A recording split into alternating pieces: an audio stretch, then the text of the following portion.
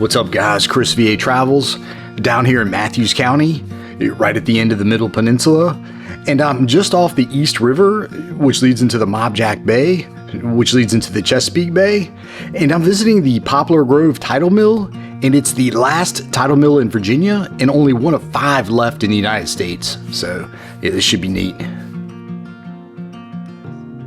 First off, I'll tell you that John Lennon once owned this property, if you can believe that. Purchased it in 1980. Yeah, and he had intended for the mill to be a recording studio, but it never came to fruition because, of course, sadly, he was assassinated up there in New York City later in the year.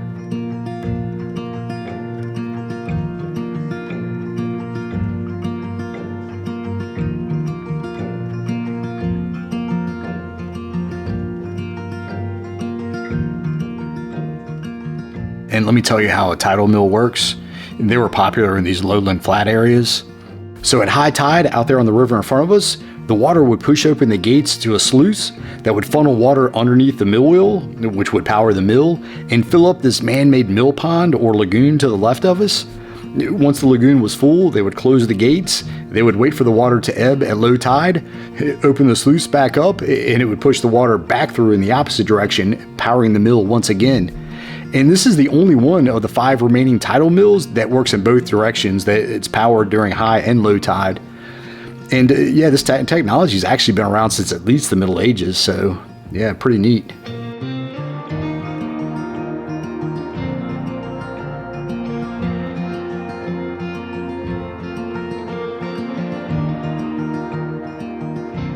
Just a wood frame building. You'll see the weatherboarding starting to crack. Looks like it's made of cedar.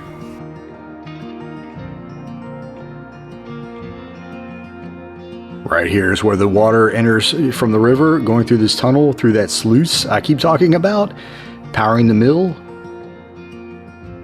And obviously it's not original. You can tell it was built not too long ago. And I believe he had said it was built by one of their neighbors.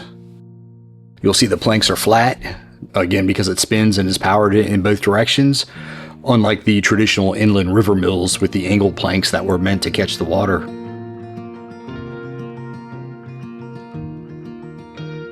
And just think, if you were the mill keeper, having to keep up with the changing times of the tides, you definitely mess up your sleep pattern.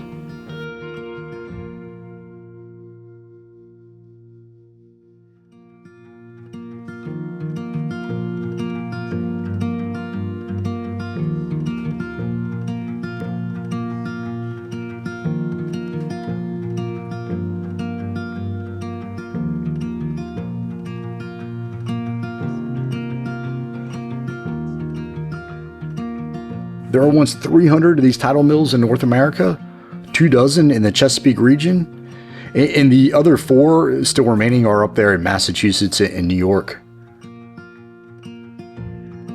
Check out these oyster shells. And just like Tangier Island, the tides have been rising.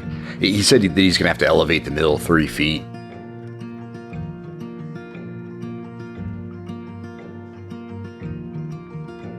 And this mill ground corn and wheat for George Washington's troops as they camped nearby during the American Revolution.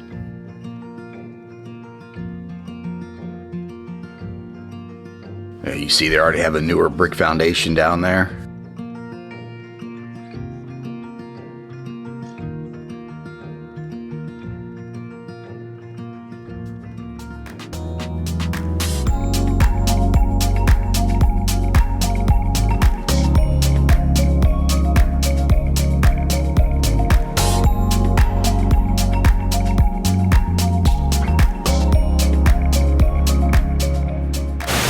I wanted to say thanks to Bill Molyneux for help getting me out here. I was going to tell you, check out his YouTube channels, Bill's Wargaming World and Bill's History World with Goober the Bear. Yeah, and he's got these calendars on sale. Information I'll put in the description box below. I believe they're $12, but you'll see the information on the website. And the money goes to a good cause. Money goes to the Old Stone Fort and Toys for Tots. In order by December 15th, I think, because they stopped printing until the first of the year. But anyway, yeah, check it out. And thanks again, Bill. And this thing was burned down in 1864 by Union troops during the Civil War. Rebuilt back in operation 1866. and in operation until 1912. Here it is, Poplar Grove Mansion. As you'll see, really nice house, really large house, and I'll have a separate video on that coming out shortly. And I couldn't tell you when the original colonial mill was built. I can just tell you it was the 1700s. The original portion of the Poplar Grove Mansion was built around 1770, so maybe just shortly after that.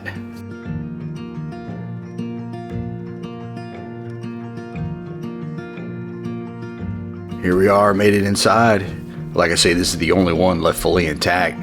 The others up in New England have been gutted out, turned into restaurants, event centers, and whatnot. The mill wheel spins in both directions, but the grindstone had to spin in the same direction. So there's a lever back here the miller would pull to keep things working correctly. Here it is, the main wheel right here that drove everything.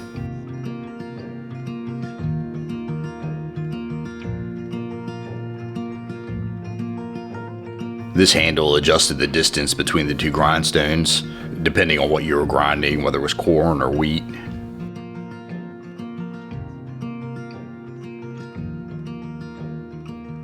This flat wooden weighted wheel above, it was used mainly as a source to maintain a centrifugal force.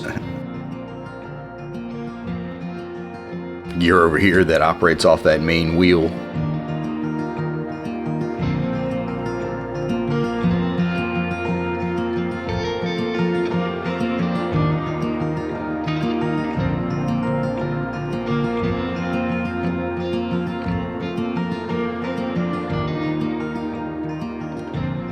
Two stones here, each of them weighs about 1,000 pounds.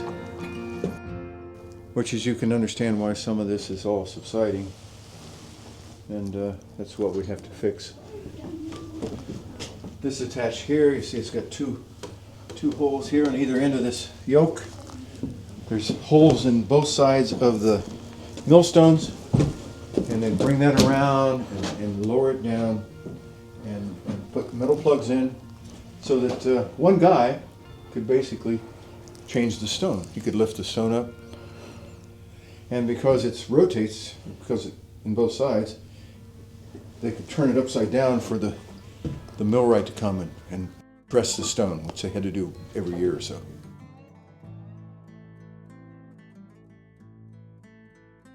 Actually have one of the original winches or pulleys. I have a pulley wheel that goes out there. When we get everything fixed, that will be back. But it was quite an operation. They had it in the peak season. They had 4 or 5 guys working. Right. You sleep in 4-hour intervals. And, we had this was a hopper. It sat on a horse right. here, and just basically it's not a tripod. It's a quadrupod here. And the hopper went into that, and then they just dumped the sacks of grain in there, and the wheel went around, and it all came up there.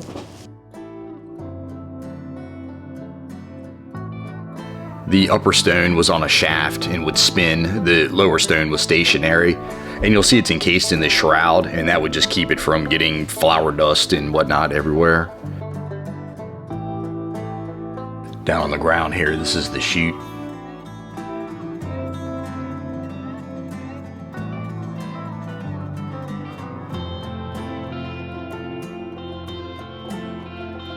Yeah, steamboats, railroads, industrial scale food preparation plants all made these little grist mills obsolete.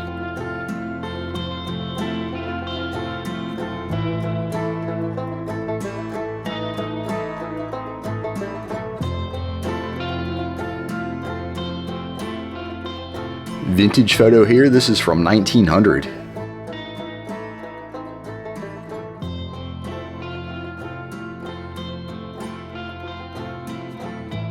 Again, here on the East River, leading out into that Mobjack Bay. And they say on a clear day, you can see Hampton way out there in the distance. And you can imagine these waters bustling back in the day. I don't know how much this mill produced, but this was a plantation, so...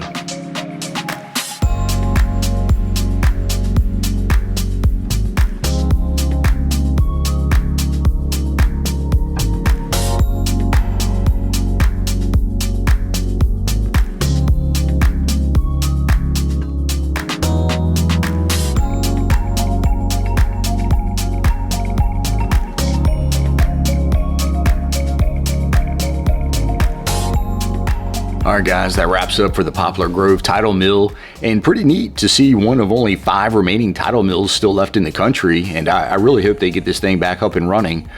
But I'm going to get out of here guys. As always, like and subscribe. See ya.